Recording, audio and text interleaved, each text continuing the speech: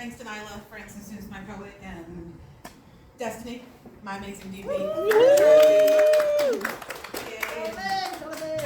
Question, I think what I'd like to add to this is some sound design. So I don't really hit it. So that's the best assembly that I could put together.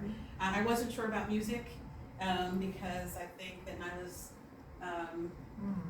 voice is so beautiful that I didn't want the music to compete with where she was taking the grief and working those nicks and grooves.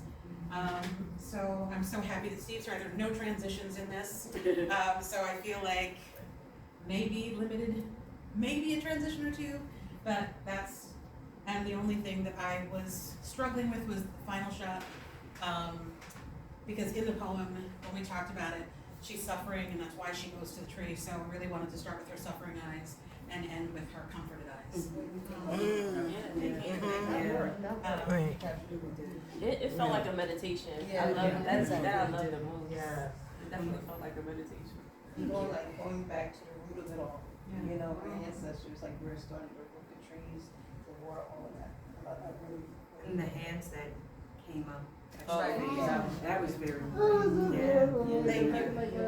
I have to say, unfortunately, we got rained out our first shoot, so we lost the grandma. It was, there was the idea of bringing many grandmothers together, maybe having them clapping hands. So, that kind of got a little complicated, so we just said, but it was important that when in the poem, when she's, daughter of this, like, dear child, that the ancestors are with her.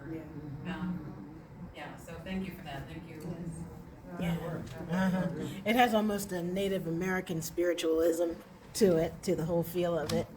Maybe like underneath it could just be like a little bit of drums. Yeah, we have a drum. Naila brought a drum and a mallet, and so there was a shot in there. I wasn't really loving it. But that was, and she talks about, something in the throat and the songs, and so I think that is in the sound design. I think that some drumming could be really helpful. And I have to give Naila credit because she did the location scout on this, and so when I said at my first meeting with her, I said, so are you thinking like a literal tree or like a dancers making a tree or like puppets? Like tell me, and she said, oh, I'd like you to come see these trees that I found, and one of them was beautiful and there's a lot of space, but it was in the, I guess, April or March we were scouting, so we didn't know what it was going to look like the next month, whether or not the tree would have any leaves, and then she took me this, she said that there's a tree in my courtyard that I go underneath, and I was like, oh, I'm not. And we did some like intricate pull.